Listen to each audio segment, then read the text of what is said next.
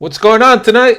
We have a very special show for you tonight. We don't have games like the international break, right? But we were inspired by March Madness, so we drew up our own bracket, and we got the Manco Madness for you. That and all that tonight. Another night, another podcast. Hasta que no estás aquí dentro no sabes la grandeza de este equipo. Quero o Benfica intimidar o adversário.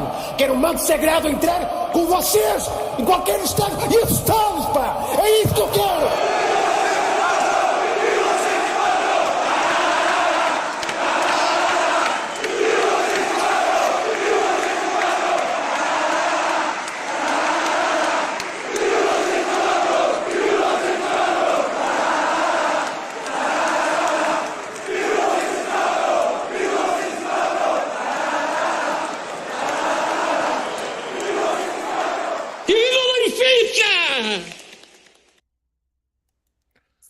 What's going on, everybody? Welcome to another edition of the Talking to the Doll Benfica podcast. My name is Alfredo Fumaças. With me, as always, Cristiano Oliveira. Como é que é, amigo? Tudo bem?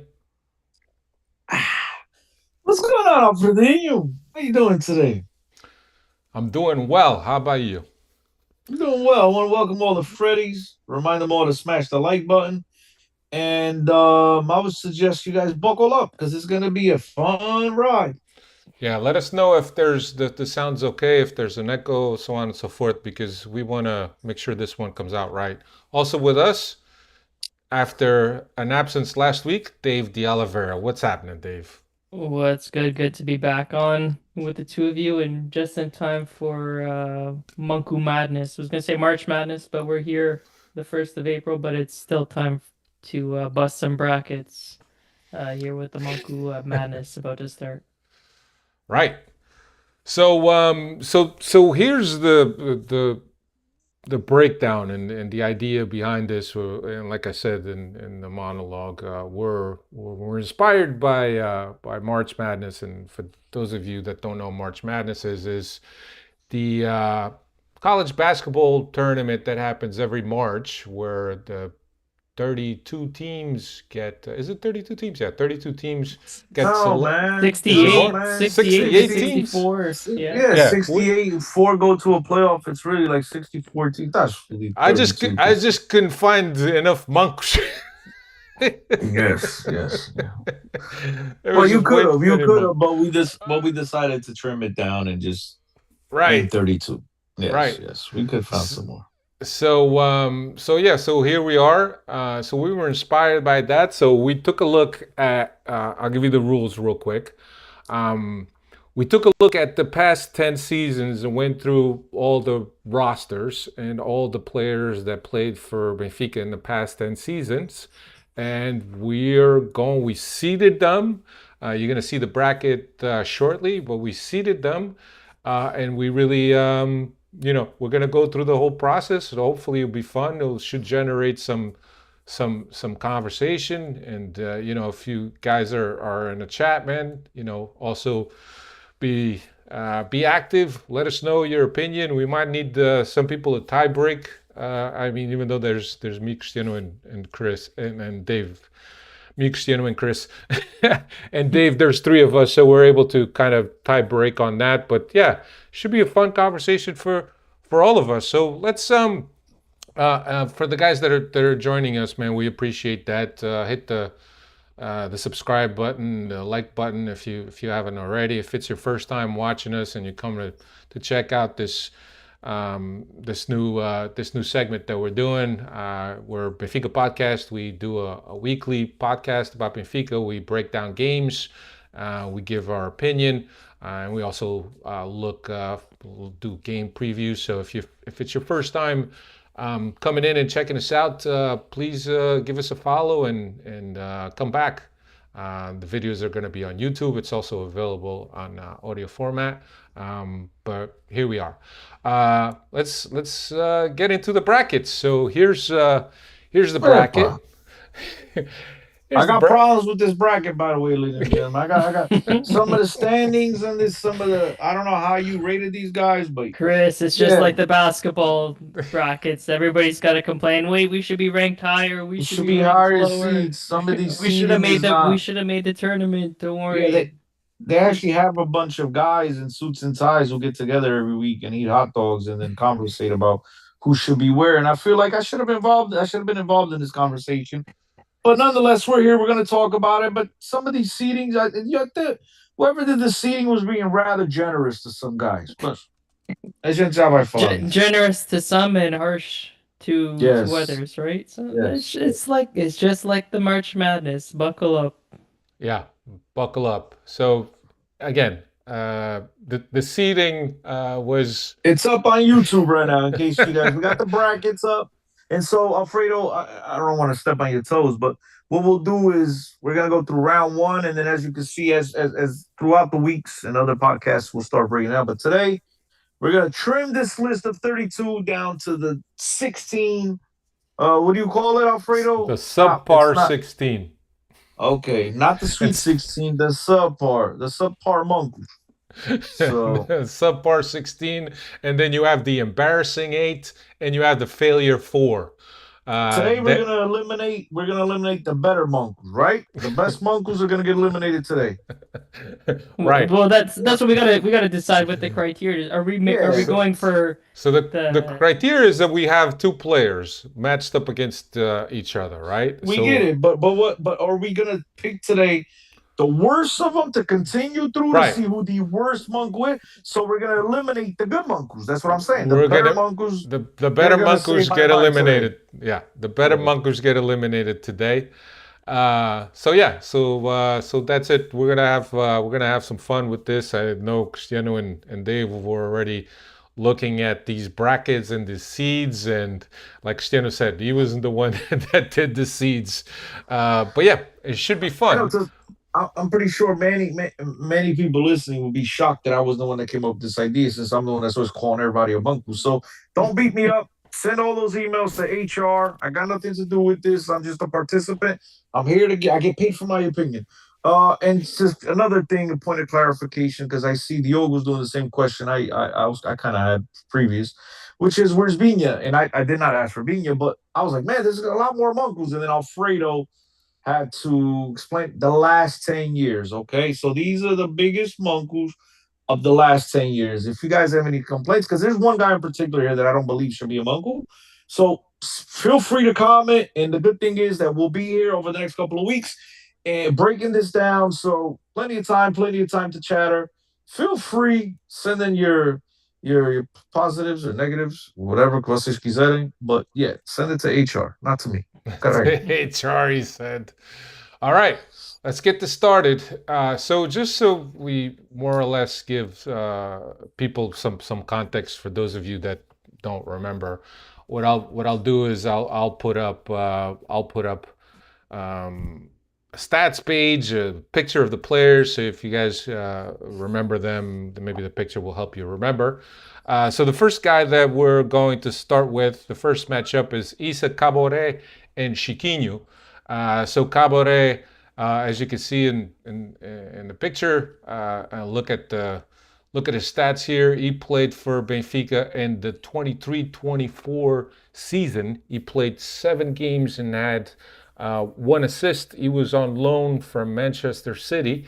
He is currently playing for Wrexham. Cristiano. He's playing. Somebody's paying him to play. 25, That's impressive. 25 games. His agent is a genius. That's about his level, probably. What is that? What are they? Championship now?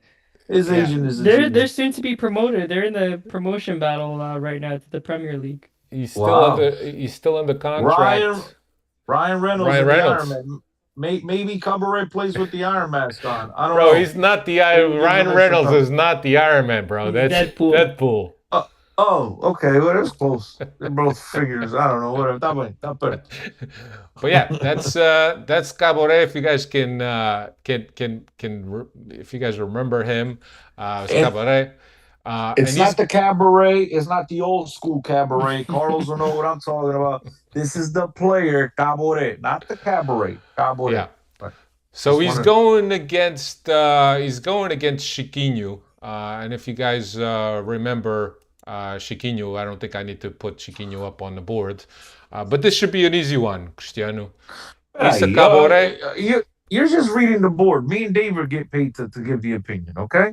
Okay. We're the judge. We're the judges. We're the NCAA judges here, okay? And to me, this is David, what they call in basketball a layup. Okay, this is a layup, or you want to call it a slam dunk, alley oop. But Chiquinho is by far the best Manco out of all these guys. And as a big critic to Chiquinho over the years, I'm gonna say something that I hope nobody listens to this podcast and replays it later on. But I feel like Chiquinho is unfair for him to even be on this list. That's just my opinion. So to me, Cabore, easy winner, the slam dunk winner of this first choice. Dave, I'm gonna alley it to you, so you decide to dunk it, lay it up, shoot the three. I don't know. It's up to Uh, you. Go ahead. I agree with your sentiments, Chris, but I think he might have just made the bracket based on the amount of times we might have ragged on him throughout the years. So I agree, he's better than a Manku, than some of these other Mankus, skill wise and what he produced for the club while he was with us. And Mr. Cabore, Mr. 7 appearances for the Benfica at his short time. He goes. I think he goes through to the next round of the, what are we calling it? The subpar 16. Yeah, I think he's booked his ticket there. Look, All right. Cabore, yeah, he gets the shirt. He gets the first T-shirt. Subpar 16. He gets to cut the nuts down. So Cabaret moves on to the subpar 16. He is our first winner of this side of the bracket. Next next next matchup we have Casper Tankstead against Gilles Dias. Hey, I, I now I'm gotta getting I this. gotta I gotta hear Chris's take on No, this. go ahead, Dave. Dave, I went No, first before. You go first now. You go first.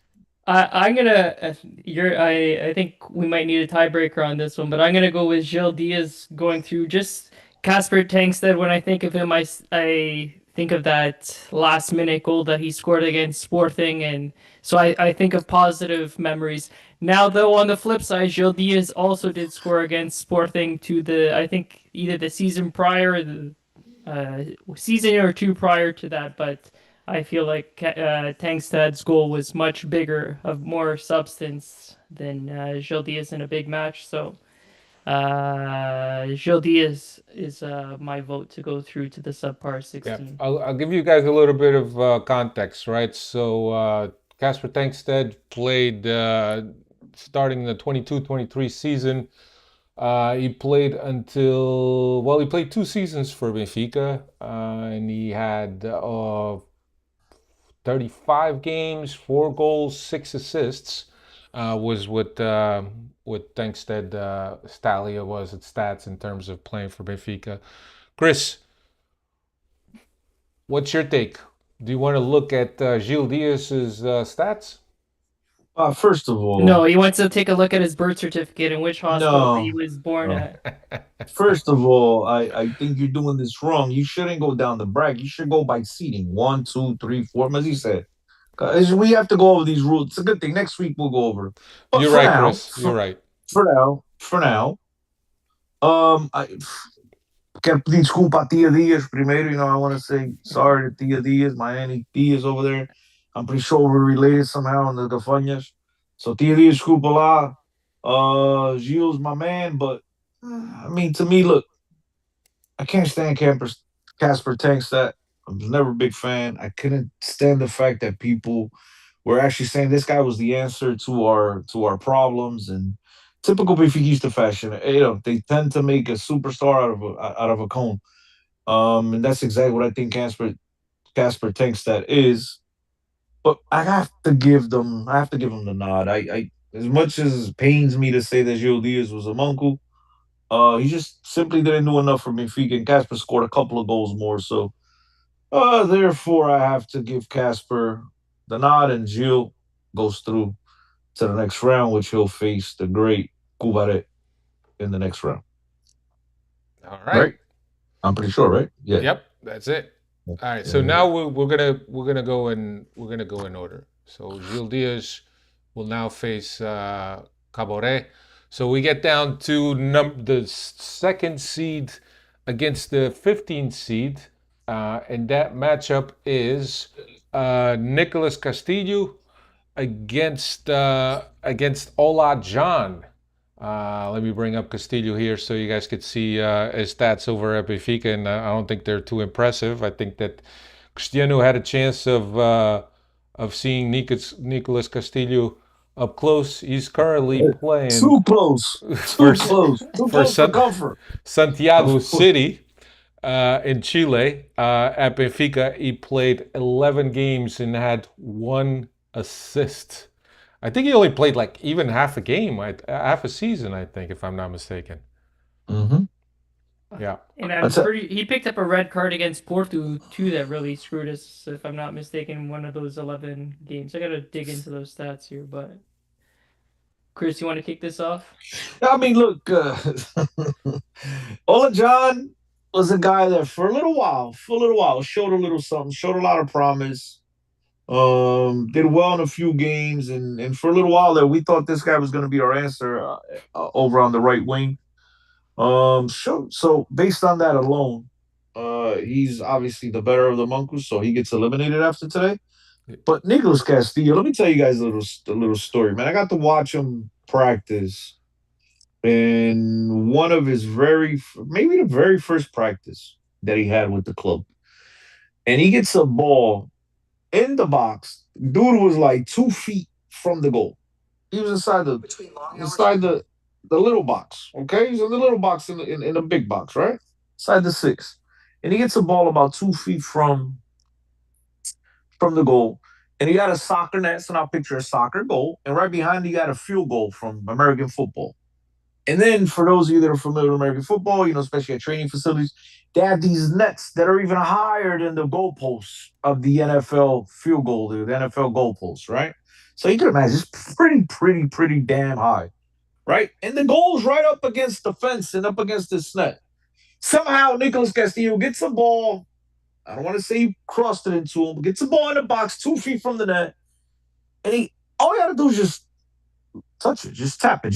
Turn his ass, let the ball hit his ass, and it goes in. It would have been a nice little soft touch.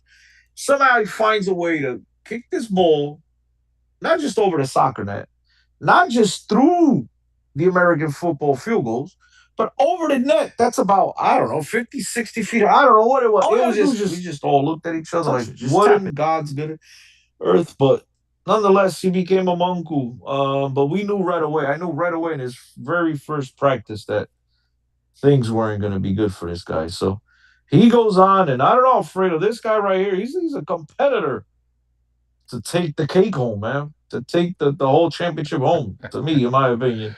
I don't know, man. Caboret might have been better. I don't know. That goes to show you how bad things were. But yeah. So Nicolas Castillo makes it on to the next round as a second. Nah, Dave didn't say nothing. No, there's not. I can't top what you just said. You had some inside baseball information. Oh, I got more stories about him and those, but I don't know. I can't get into those. Those are stuff. But yeah, just not a good look.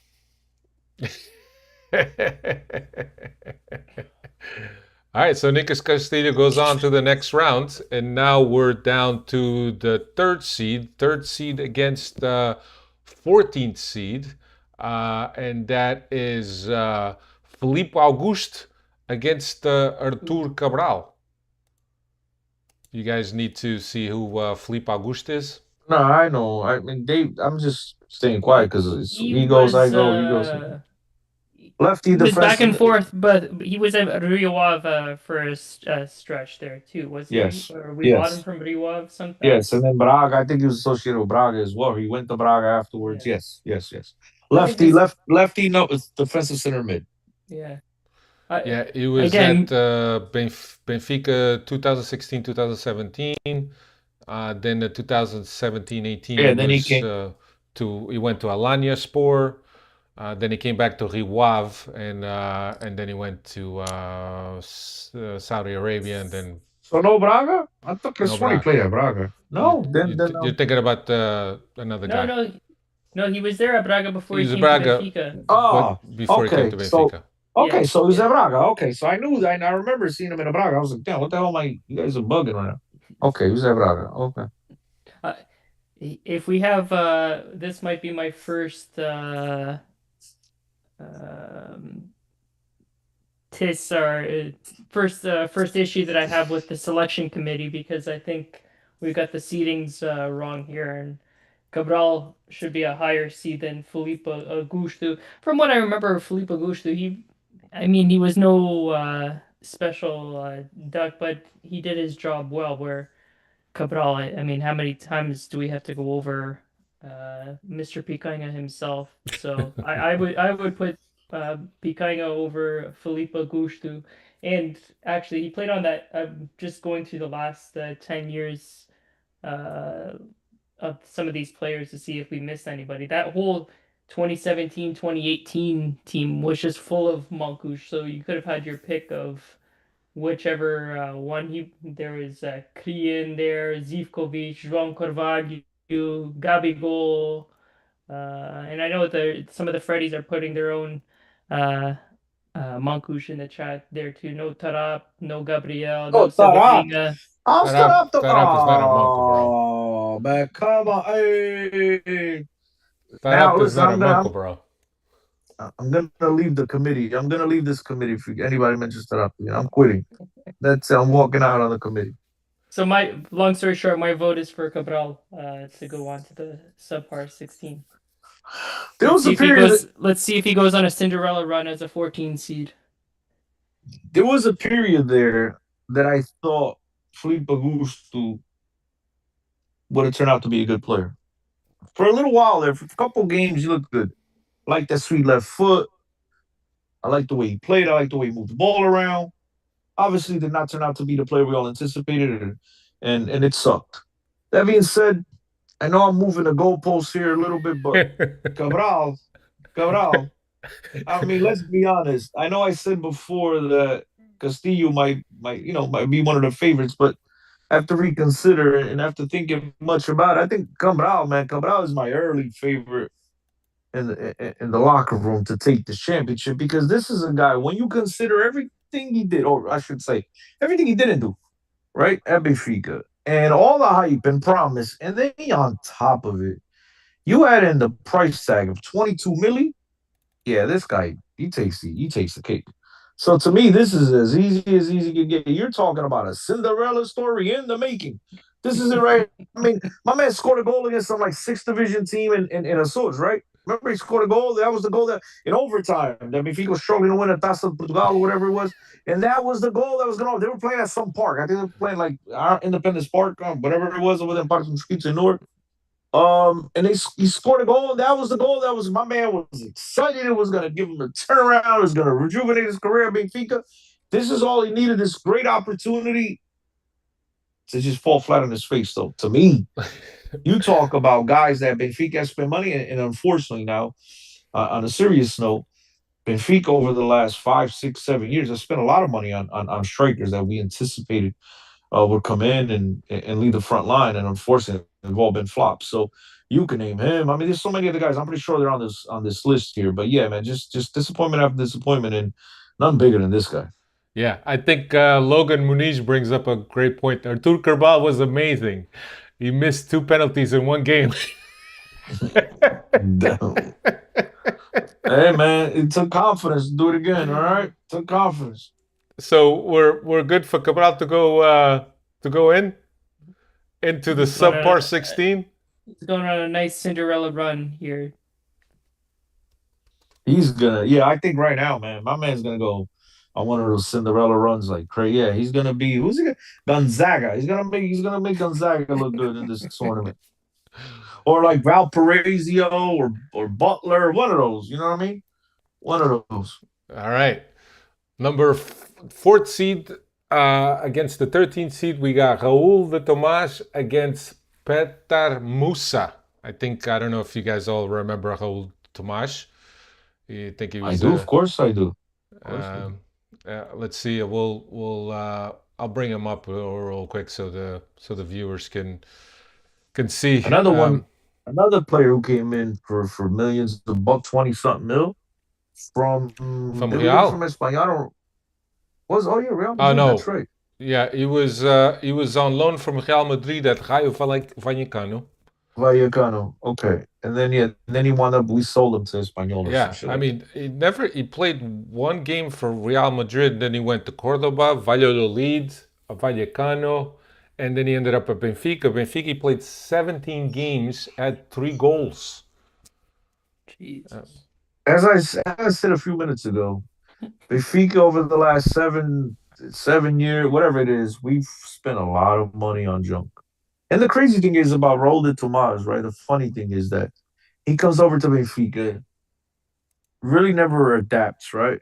Rumor is he couldn't bring his personal trainer with him, and so he was never able to adapt at Benfica. And then the guy leaves Benfica, goes to Espanyol, actually scores some goals, so much so that he gets called up to the Spanish national team. So then you have to start questioning and wondering, right, did we really make a mistake on this guy? But I think he's back to his old tricks of being a nobody. But nonetheless, I think, look, while at Benfica, he was absolutely atrocious as well. Another guy that tremendous hype, very little success. And who's he up against? He's up against Musa. Peter Musa. Yeah, I mean, to me, he's Raul de Tomas. Easy. Peter Musa, another guy that it's very similar to Tank Stab, right? Oh, this is the guy. This is him. You know, these guys score a couple of goals and that's it. They're the answer to the next Raul Lagos. And it just makes absolutely no sense. Even though I can't stand him, he's tearing it up in the MLS, doing his thing for Dallas, FC Dallas, whatever they're called. But yeah, to me, Raul de Tomas takes the cake. It's easy pickings for me. What about you, Dave? Same here with me. What I think about Raul Di Tomas, I remember he was the first big signing that we made with the João Felix money. So we sold João Felix to Atletico that off season, and then I think this is what really began the cycle that Chris has mentioned here, where we start splashing money on these big fancy strikers, 20 million plus price tags, and then we have no goals to show for from these strikers. So Raul, he's onto the subpar 16. Yep, I'm with you on that. The 4 seed goes on.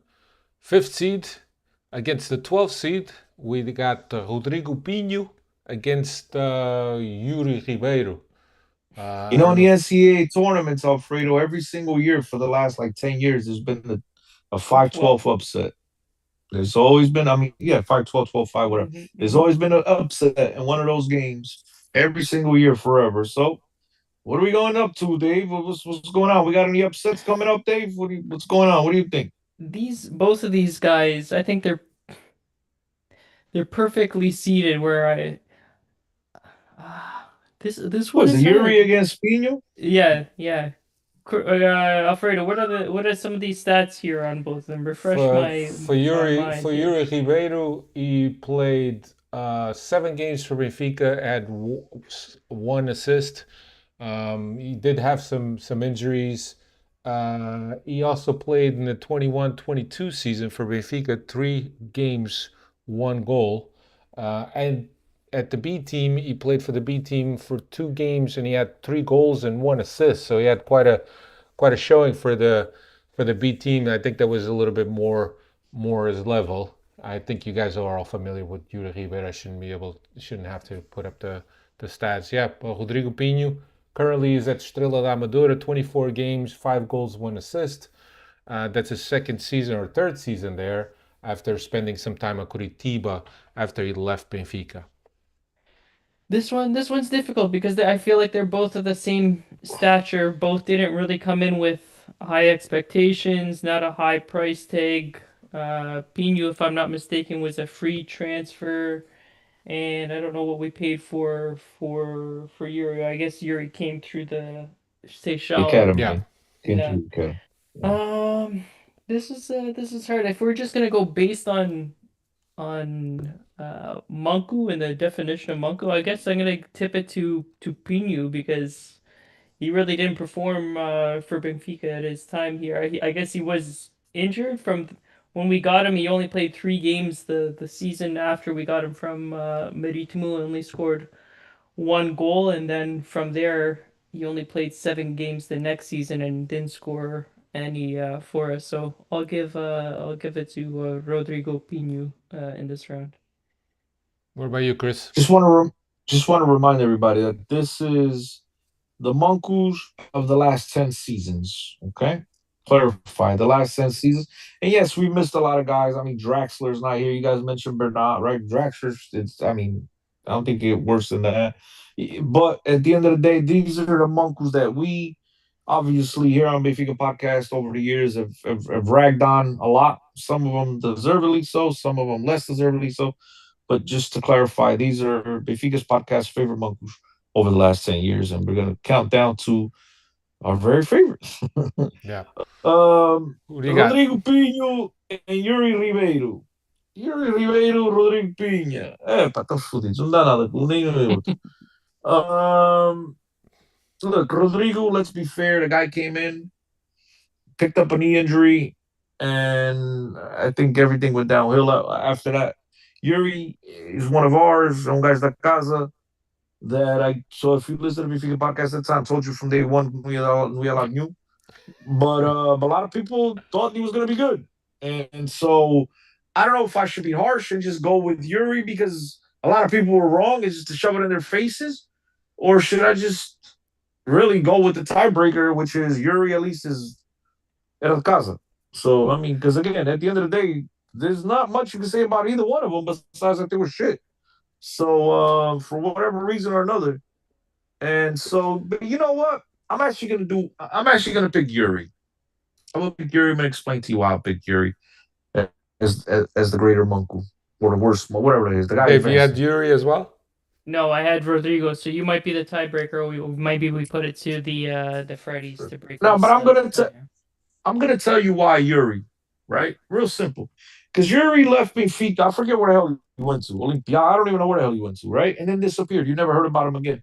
And this Rodrigo Pinho still had a career. I think he's still playing in the Portuguese First Division. Yeah. So therefore, he gets a tiebreaker because at least he's a First Division player. Where the other guy is, I don't know where the hell he's at. Blackburn I'm pretty sure he's a nice. Rovers. Oh, he's at Blackburn, so he's still playing. He's still playing. Okay, but I'll give it to the Yuri. other We're guys talking playing about first. Yuri. Yeah, Yuri's Yeah. at I Blackburn. didn't even know. Oh, so I'll give it to. I'll still. He advances. I still pick Rodrigo because Rodrigo's at least in the First Division. So you Rodrigo to go or Yuri to advance? Yuri to advance. Okay. And Dave, you had Pino, right? Yeah. All right, we need a chat to break this up. I was gonna give it to Pino because Yuri is one of us. No, I get it, but then you can. That's what I was gonna do too, and then I remembered at least the other guy still plays in First Division in Portugal, where Yuri's been. I have no idea where the hell he's been. It's shocking to me that he's at Blackburn. I wasn't even aware. He was at And where's Blackburn. Blackburn's what, Blackburn's like- the bottom of the championship right now. Yeah, Prior he was at Braga last season on loan. He was at Braga and Yuri Ribeiro. yeah. I didn't even know. Did he play? Yeah. 15 games says on 0-0. And then he was in And he had- Warsaw before Braga. And Like Diogo says, Rodriguez had the better career, bro. So, but at Benfica, we're talking about at Benfica, right? At Benfica, who was worse? And I think they were both shit. So I don't know. Okay, Whatever. so I already. Ribeiro advances to the next round as the number 12 seed. there we go.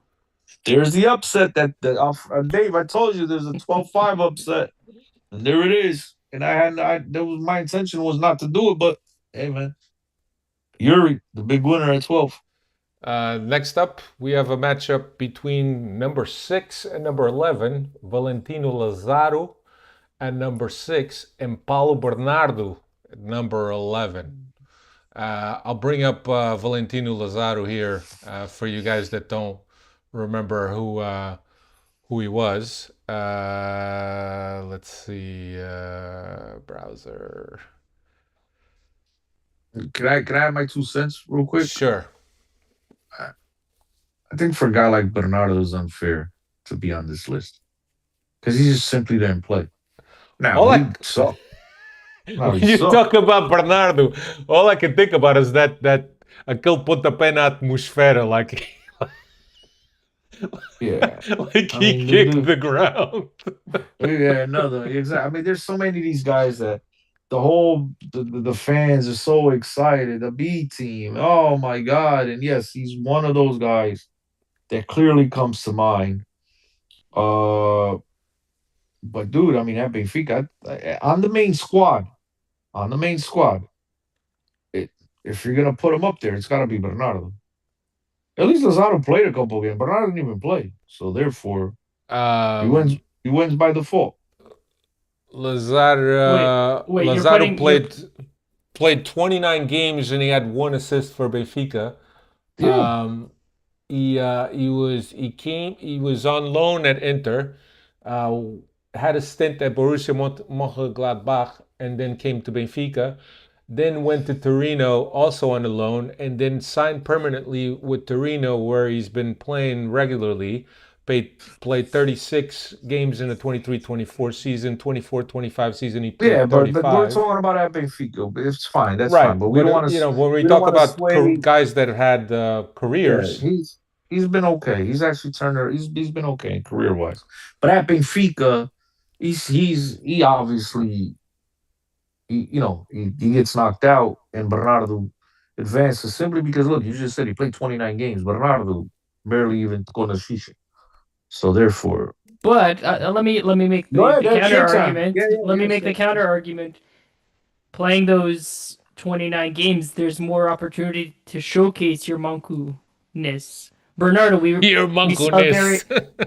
we didn't really see too many we didn't he didn't get too many playing opportunities, but so he couldn't showcase his talents, right? I have more vivid memories of being disappointed by Lazaro than Paulo Bernardo. Paulo Bernardo, just I don't think there's a small sample size there that okay, he never made it, but I vividly remember more mistakes from Lazaro than I do Paulo Bernardo. So for But that, Bernardo didn't play, Dave, and like I said, I started so off by saying. that shouldn't I don't think that should be held Wait, against but, them. but wait. But I started off by saying that I don't think he should be on this list because Yeah, of lack of chances. yeah. But hey, listen, you got to eliminate somebody. At least one guy was useful for 29 games. You couldn't even get on the field. So what do the coaches think? Right? I think they're probably on the same team too and shit because those were around the same time, right? They could have been. They could have been. Let's Right, see. Alfredo? It was around the same time that the guy, right? If not, they might have missed each other by a year because they're around the No, same they were on time. this. They were on the same. They were on the same Yeah. team. Okay. So they're on the same team. And the coach said that Lazaro plays and this guy doesn't play. So I goes to show you who the bigger monk was. That's it. That's the answer. And who was the coach at that time, Chris? I don't know. What year? I don't even remember the year. I Oh, think that Lazaro. was. Was it JJ? I Probably. think it was JJ. Yeah, Might have been JJ, JJ. definitely JJ. Yeah. Yeah, but JJ don't like young kids. But So that's Paulo Bernardo advances. yeah, Oh, Paul Bernardo. I, It's unfair. It's unfair, but I yeah. think it's unfair. So I'm gonna still keep my vote as Lazaro, and maybe you break it, Alfredo, or if the Monku or if the chat wants Yeah, to break I'm it. telling you that all I can think of was that one time that he just fucking kicked the grass. It was awful. Lazaro wasn't too memorable either, but for me, Paulo Bernardo and you're Yeah, right. Lazaro. The Lazaro memories is bad one. It's not positive one. So yeah. Yeah, but Paulo Bernardo, that one time that he just kicked the grass, it was just awful. It was just, I don't know. But you're right, the playing time has a lot to do with it. I mean, Lazaro did play quite significant time. But Paulo Yeah, on the Bernardo same did. team. On the same team. It's not like these guys were on separate teams. They're on the same team. So All one right. guy plays, the other guy doesn't play. Dave, come on. Yeah, Gotta be Diogo Reis honest. says Lazaro played more important matches. Carlos Amar says Bernardo is more Segu than Manco because we didn't really get to see him play. Yeah. Yeah. Yeah.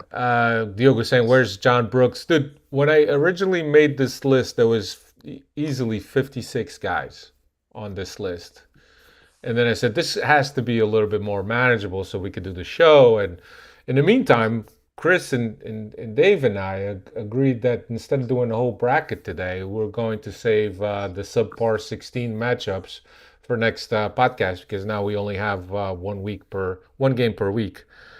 So yeah, I could have added a few more guys, but maybe we leave that for another time. But in this round, I think I have to put Bernardo through as well.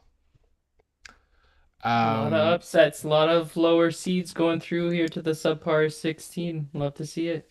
Yeah, the last matchup, it's number 7 seed against number 10 seed, and number 7 is Ivanovic, the Ivanovic that we all know and love from this season, against Douglas. Douglas, who is right back, if I remember correctly, came from Barcelona on a loan and played at Benfica. Do you guys need to see? Do you need to see stats for any of No, these guys? no. I am no, Dave. Go ahead. You're first. My bad. You go No, ahead. no, I had to pull. I almost forgot who the hell Douglas was, but yeah, Right back. that's Right back. Yeah. right back in Mhm. that 2017, 2018 season where we had the chance to go and win the Penta, the first in our illustrious history, and we brought in guys like Douglas to really solidify it. Um, I think Chris, you might have said. I think this is a maybe still a little bit unfair. Both have short Benfica careers right now. Douglas only played 11 games with us, no goals, no assists, and I think Ivanovic is. I don't know. I'll give it to Douglas. I'm still not really way. I don't want to write Ivanovic write him off just yet. So I'll give it to Douglas. Tough matchup though. Look, I'm the founding member. I'm the founding member of the Ivanovic Hate Club. Okay, Manco Club. Right, I started that up. That being said, I think it's unfair. It's still unfinished business for him. Now, I think after the year is done, he might not be back, and then obviously you can put him on this list. But for now, I think it's a little bit premature. So therefore, the great Douglas, who Douglas cara, who Barcelona, I think he gets it, and it's an easy chip shot here. All Don't want to right. waste too much time on it. Could have picked his teammate Gabigol instead of Ivanovic in Yeah. that 7 seed Yes. there. Yes. So let me recap the left side of the bracket. We have Isa Cabore 1 seed go through, and he's gonna meet Gil Diaz in the next round. Then we had Yuri Ribeiro beating out Rodrigo Pinho in a close matchup to advance to the next round. And between Raul de Tomas and Petar Musa, we opted for Raul Tomas to go through. So Yuri Ribeiro will now be facing Raul de Tomas in the next round. In the 6th seed against the 11th seed, we picked Paulo Bernardo over Valentin Lazaro. In the 3rd seed against the 14th seed, the man that missed 2 penalties in 1 game, Artur Cabral, goes forward into the next round and then he will meet Paul Bernardo. And then in the last matchups, Ivanovic against Douglas. Douglas goes through. Ivanovic will not be crowned Manco King of the last 10 seasons, to a lot of people's dismay. And then we had number 2 seed Nicolas Castillo against Ola John, and Castillo got a rave review from Cristiano and goes forward, and now Nicolas Castillo will face off against Douglas in the next matchup. So the subpar 16 rather than the Sweet 16 for the left side of the bracket is now complete, and we move on to the right side of the bracket.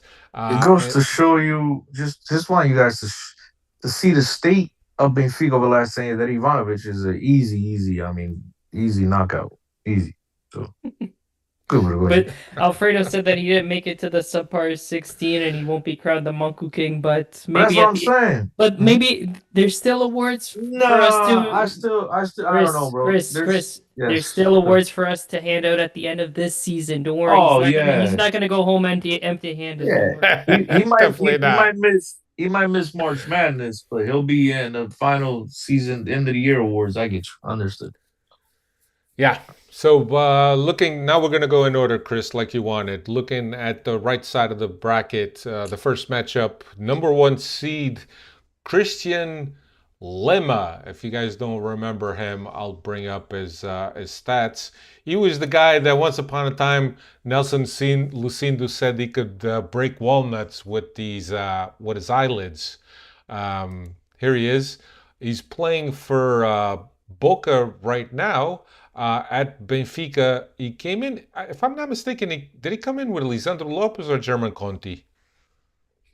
Might have been Conti. I think it Might have was been Conti. Conti, right? I think it was Uh, Conti. They both came in at the same time. he Yeah. played two games for Benfica in the 2019 season. Came in the yeah. winter window. Then it stints at Peñarol, Newell's, the MAC in Saudi Arabia, Newell's again, Lanús, and he's currently playing for Boca Juniors in the 2024 season. He played 34 games, 1 goal, 2 assists. This year is yet to or he didn't play at all, or this year hasn't played at all for Boca Juniors. So Christian Lema against Ferreira, and I'll bring up Ferreira here so you guys could take a look at Ferreira. And Go Ferreira ahead, came. Dave. Okay, this one's tough because Chris was gushing over Ferreira when he was Damn, why'd brought I in let you here. go first? Why you gonna remind everybody that? And I have to correct myself. I said that Castillo got the red card against Porto wrong. It was Lema. I got these two Monkus confused. It was Lema. So Lema only played 2 games for Benfica, and one of those 2 games he got a red card against Porto, which That's the one. You're right there. surprisingly we still won that game. But this guy got a red card and only played about 83 minutes in that match against Porto and 45 minutes against AEK before that. So for one of our top signings of that season, the guy fell short, and I'll give it to Lemma here to go through to the next round. Chris? Ferreira, I was gassed up on him when we signed him I from was too. Shakhtar. I was too. He I was a thought- machine I thought- for Shakhtar. Yeah, at Shakhtar. I thought Ferreira and Jonas was gonna be a deadly combo. Unfortunately, the only thing that was deadly was Ferreira. And was the other guy? Lemma, right? Lemma, Christian Lemma. Man, this is a tough one, guys. I think again, this is another one of those seeding jobs. I thought you guys did a horrible job. I think you're giving Ferreira played 3 Give it games for Ferreira. Benfica. Almost Exactly, the same so- number of games as Lema. No. Exactly.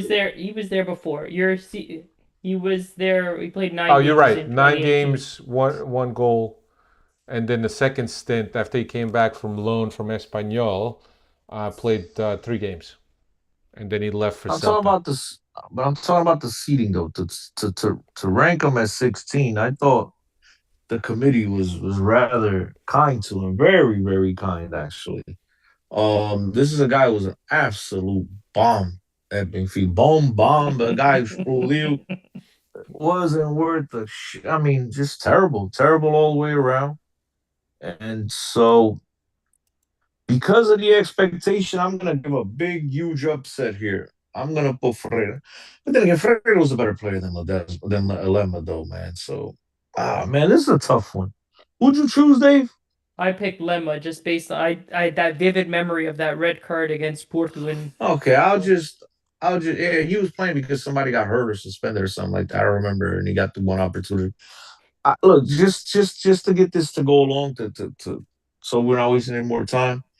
I'm gonna pick Lemma. I do think Freire was a better player, but at Benfica, I mean, when you talk about expectations and whatnot, this is one of those signings that or flops that we're gonna remember for a while. At least I will. So, but I'll pick Lemma just to move it along. So no upset there. Christian Lema goes on to the subpar 16 on the right-hand side of the bracket. On the number 2 seed against the number 15 seed, we got Yaremchuk against Carcela. Real quick, Carlos is that who's the kid that came with Di Maria? That was Cibola, Christian Cebolinha? Rodriguez. No, Oh, Cibola, oh. Christian Rodriguez. Yeah, I think he's talking about there was three. No, he didn't come with Di Maria. There was three guys. So There was Moxie, there was Moxie. So that was Cibola, Moxie. It was and there Moxie. was another guy. There was a three pack, if I recall correctly. Franco Jarra, no, Malgarejo, no. It wasn't none of those guys. I know No, what you're talking that's about. past 10 years, But I bro. think, but I think Di Maria, exactly. That's past 10 years. But I think Di Maria, I think he did come in with Cibola, if He I'm not did. He mistaken. he came. Di Maria came in with somebody, but I remember Moxie and Cibola came at the same time with another kid. Diogo, you over there doing nothing? Why don't you Google it real quick? But I think Di Maria might have been. I don't know. For some reason, I'm thinking, or was it Moxie and Cibola? I know it might have been Moxie and Cibola that came together. Yeah, and I think it was then that. another guy.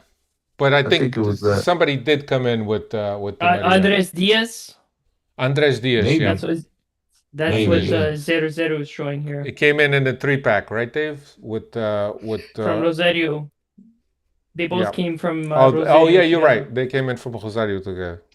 Andres Jason Diaz. Ganolis. Jason Ganolis saying, I think Enzo. I think Enzo came after that too. Enzo was Yeah, Ezra after came that, after wasn't that. it? Yeah, Was not too long Enzo came after that. after. Yeah, it was after that. All Yeah. right, boys. That's whatever. Yaramchuk. Let's get back. Let's get back to yeah. Yaramchuk against Carcela. Epa, another one of those highly priced strikers that we thought was going to be the answer. My man got a standing ovation because his country, and it was. I mean, all jokes aside, though, to be honest, that was one of the most. It was heartfelt, man. To me, I had tears in my eyes. It was good to see.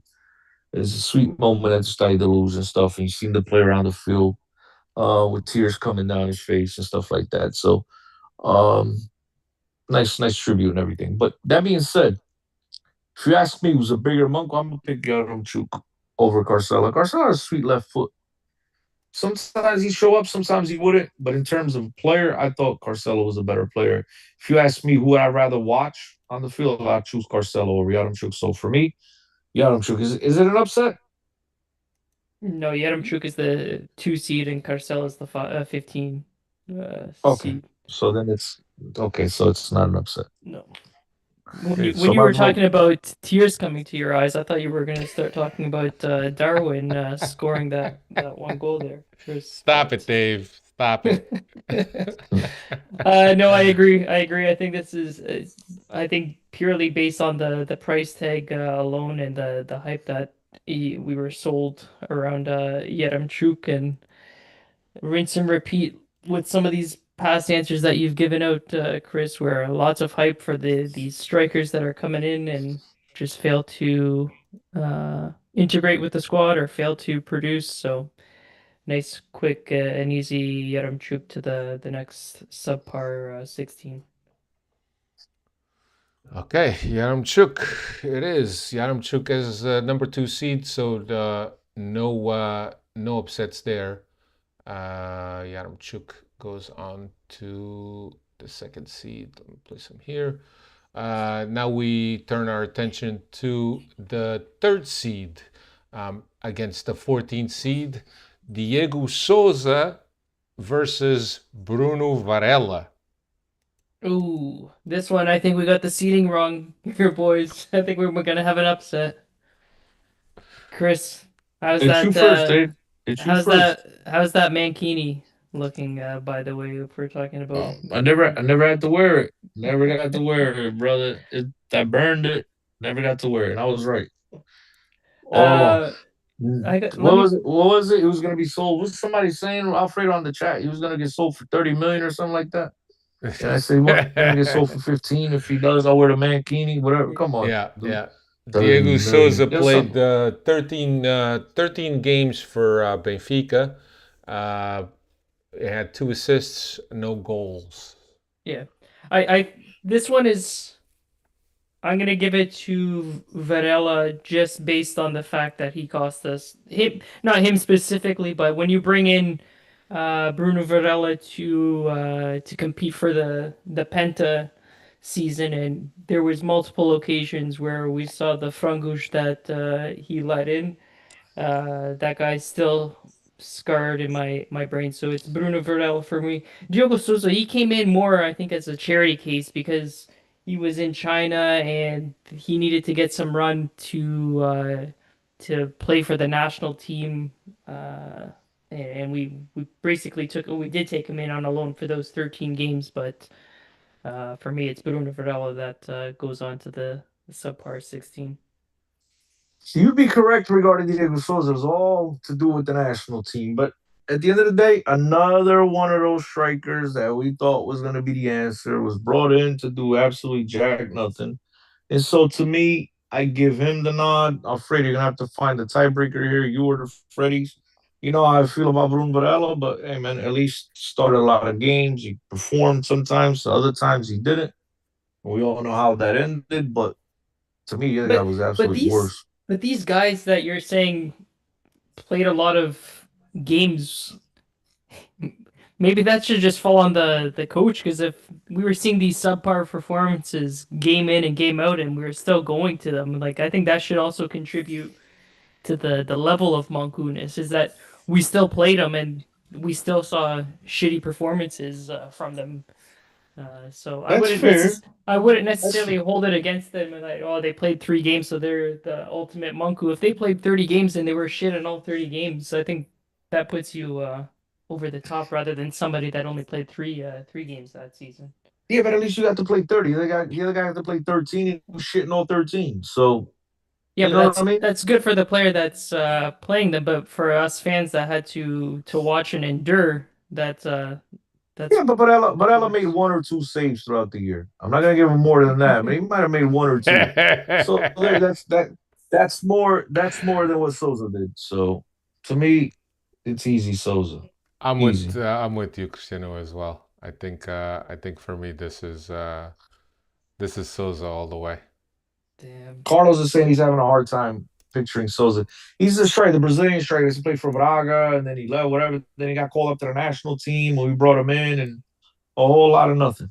Let me bring him No up here. disappointment. Let me put him up here on the screen for you, Carlos.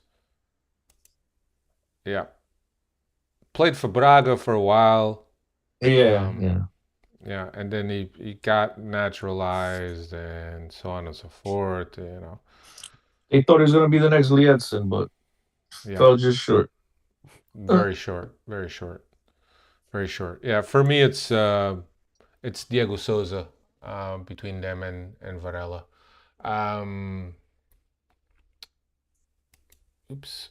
All right. Next matchup is number 4 seed against number 13 seed, and we have Marcelo Hermes against Conti. And I mean, you guys may not remember either one of them, but I'll bring it up real quick. Hermes, I think, was still playing in Santa Clara not too long ago, if I'm not mistaken. Yeah, yeah, I think so too. Yeah. Um, there it is. There's his pretty face. Um, he's currently at Criciúma in Brazil. He played Marítimo after Benfica. For Benfica, he played more games in the B team than he did in the A team. For the B team, he played 5 games over the course of 3 seasons.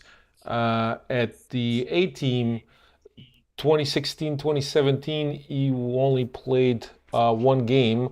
In the 2020, 2021 season, he played at Marítimo. He played 30 games at Marítimo, then transferred over to Ponte Preta. And then he's been in Brazil all this time. And then Conti, for you guys that don't German Conti, for you guys that don't remember German Conti. Um,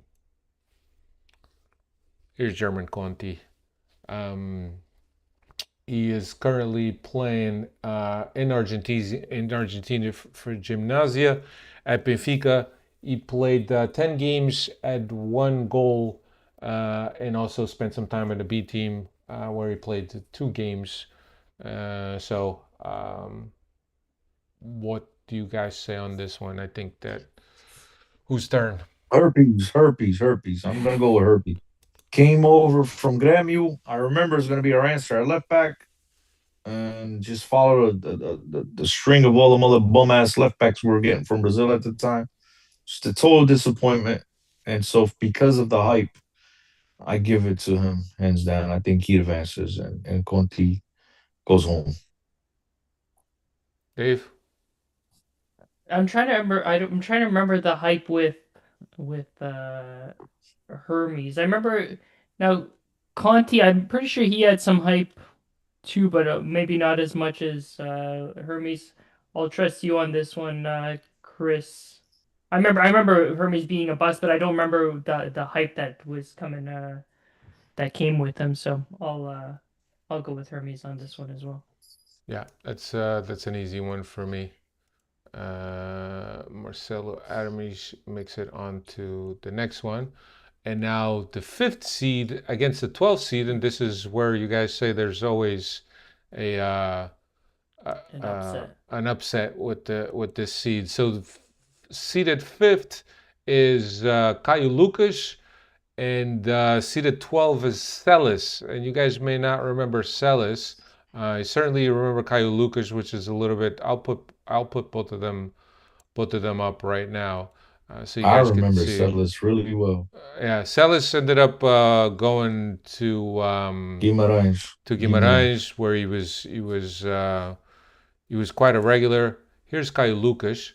Caio Lucas played 11 games for Benfica, 1 goal, 1 assist, then ended up at Al Sarja, and where he's been all this time in the UAE.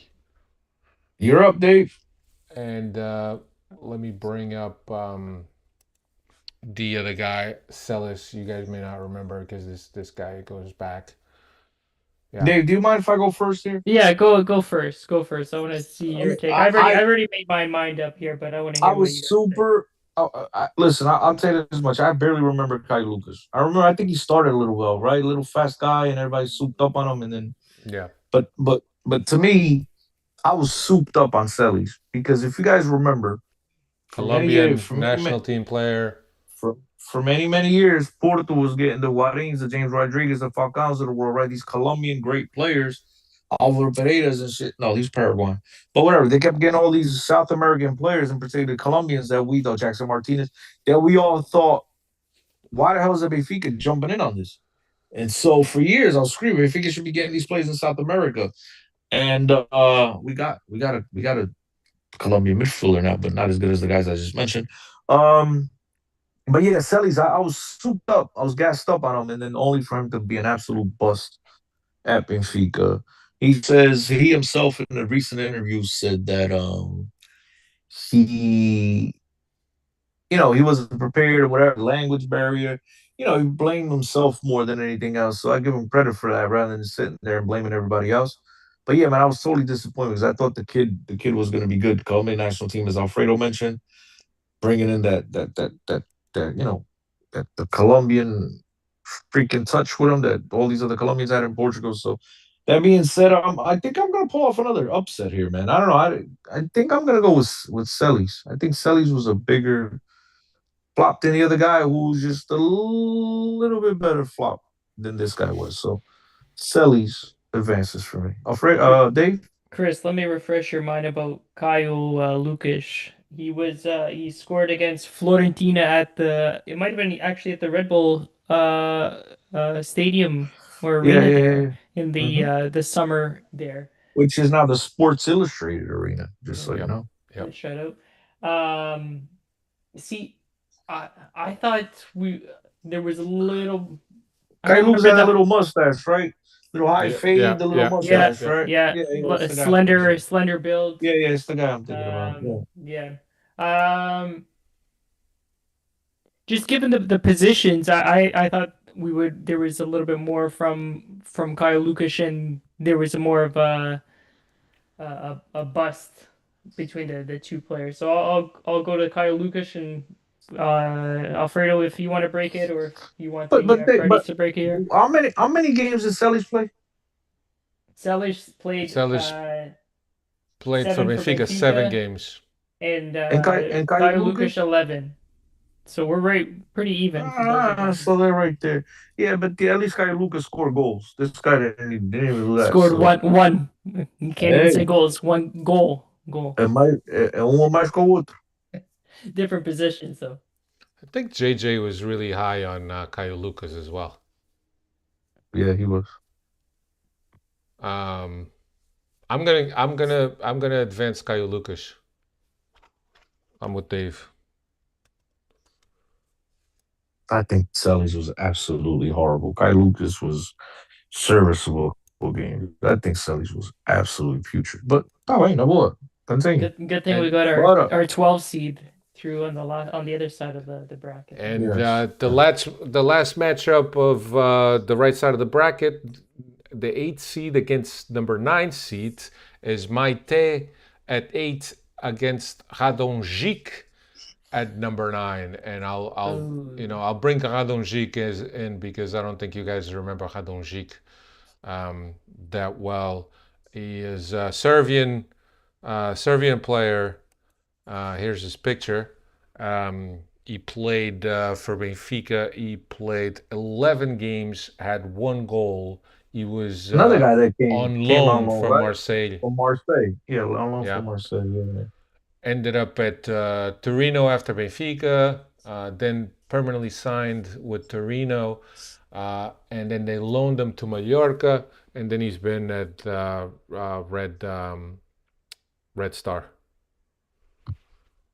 in Serbia. Chris, And, is it me? Yeah, I just went first with Selly's, remember? do you Yeah. want to go? Do you guys want to look at Maite? No, please, I don't want to see him.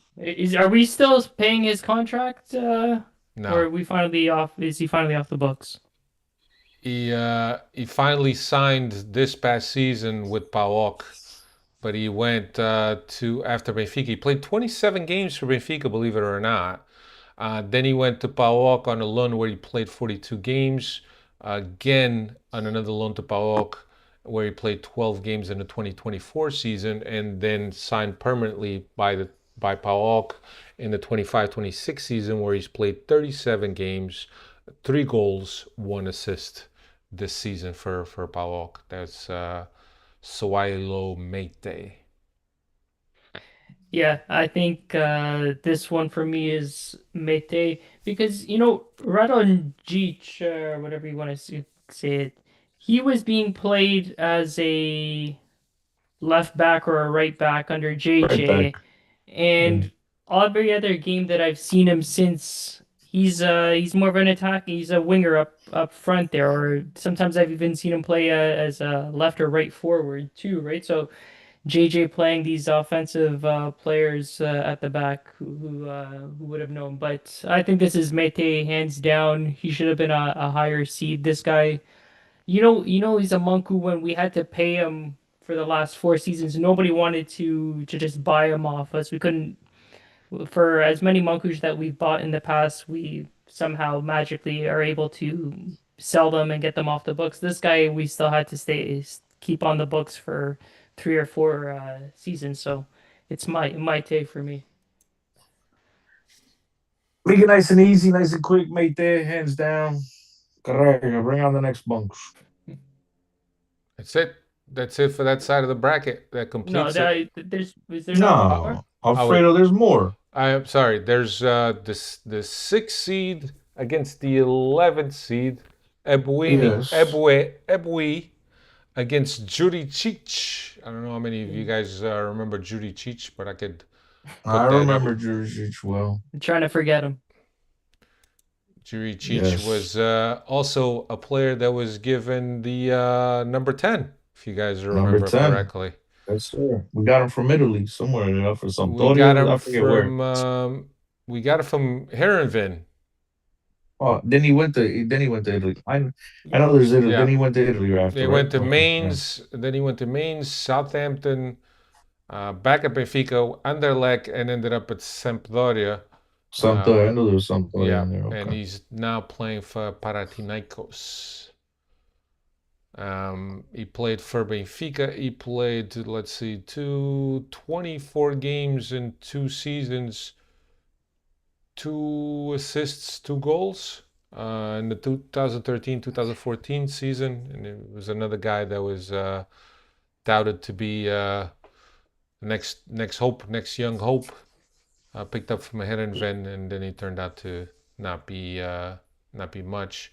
And then you got Tyrone Ebwini, if you guys From the remember, Nigerian national team. Nigerian national team, played for Benfica. He got Played for hurt the in his under career. Was 23 B team. Never really played for the A team, but there was some, as Cristiano mentioned, some injuries there. He's currently playing for Empoli, where he has played 16 games this season for Empoli. So not a very consistent career here for this kid. They had a lot of hope for him in Nigeria, and then it just turned out to not really pan out.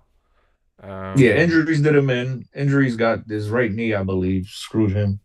But he's a kid with a ton of potential. Unfortunately, he just couldn't get over the injury bug. That being said, look, really nice kid.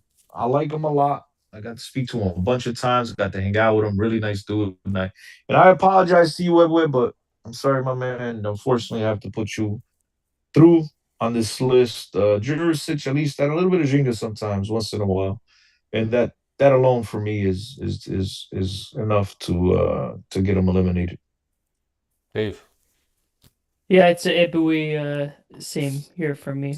Because he came, like Chris said, there was some hype around Ibui when we signed him, national team player for Nigeria, Yeah, I but just played in the World Cup. Yeah, I just yeah, played in the World Cup, I believe, if yeah. I'm not mistaken. And then he got now Chris remind me, he it was an ACL injury, but did that happen stateside or did that happen when they returned back to Portugal? I forget. I thought the maybe it was with the national team, maybe.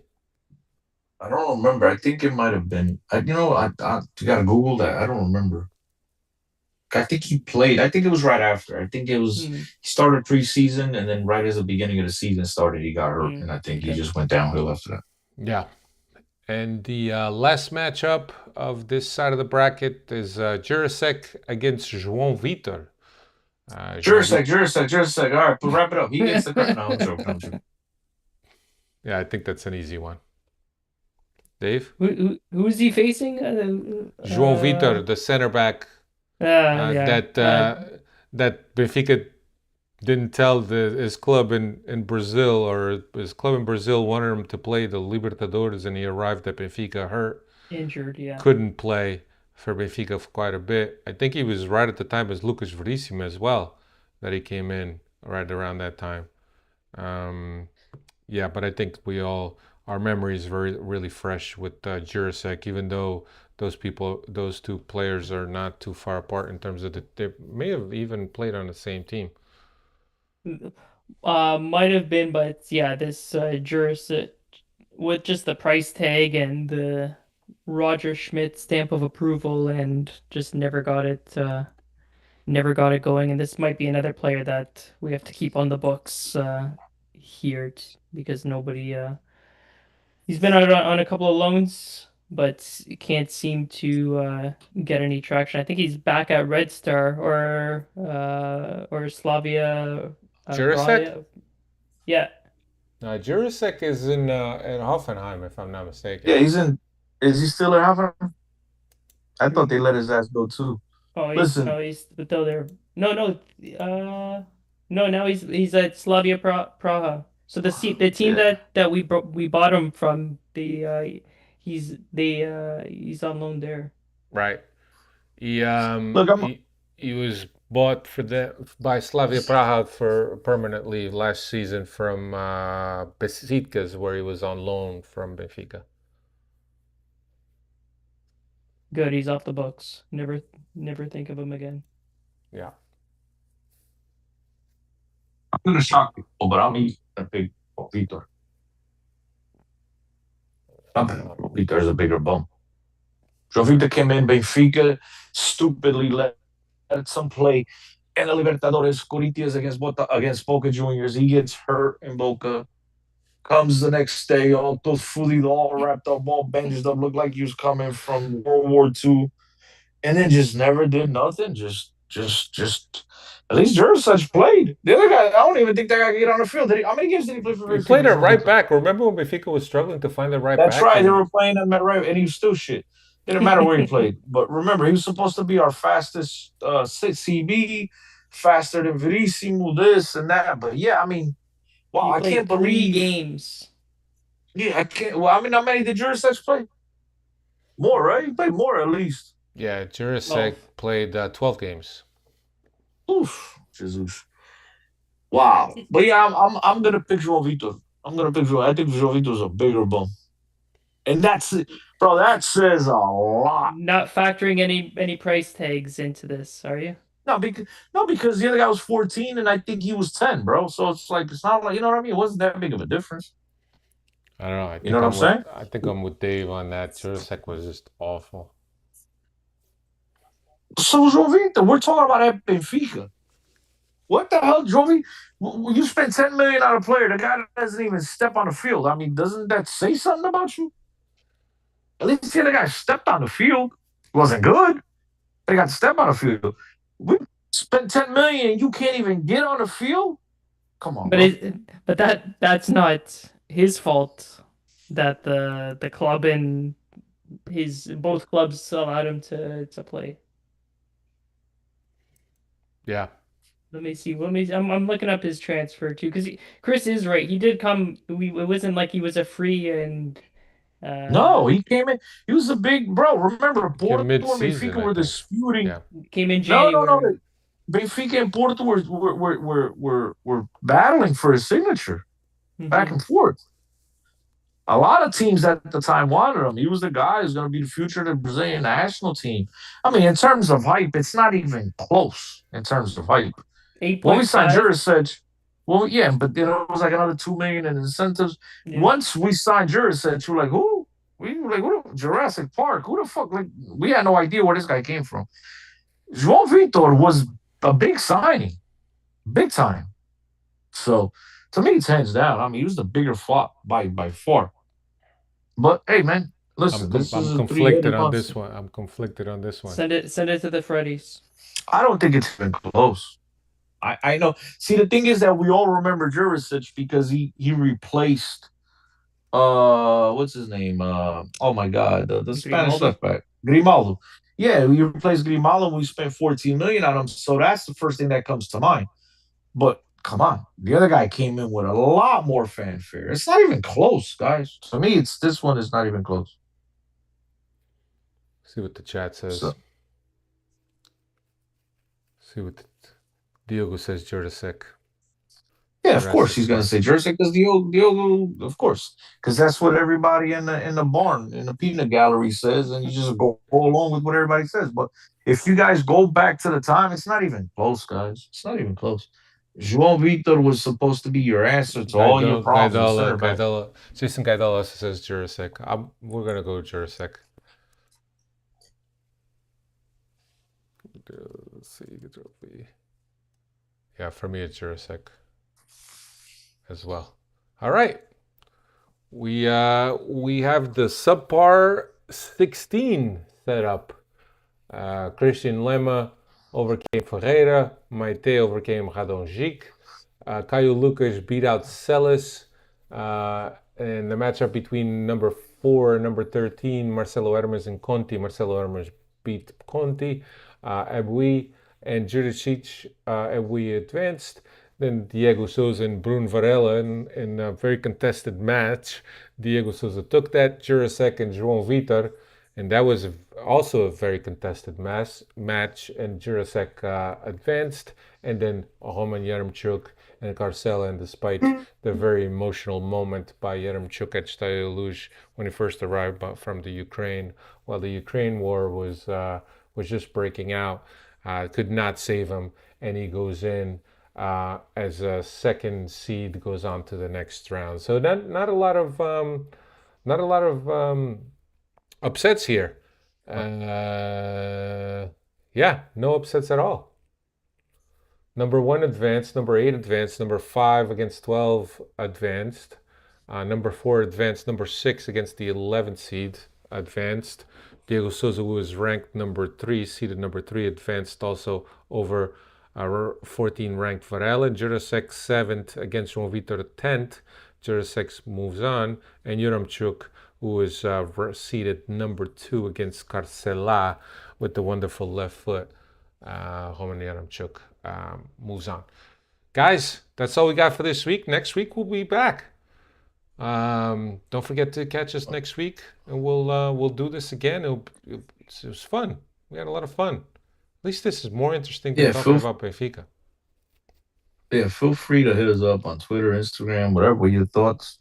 I know Carlos disagrees. He thinks João Vitor is a bigger flop, and so interested to see what you guys got to say. Feel free, and remember the last 10 seasons. Okay, let's not bring up all these guys from the Vietnam years. Yeah, Tarap is not included in that, bro. I don't think. Wait. Tarap was in the last 10. No, but I don't think. But Tarap is not a bum, bro. No, I don't think he's a bum. He's not a bum at all.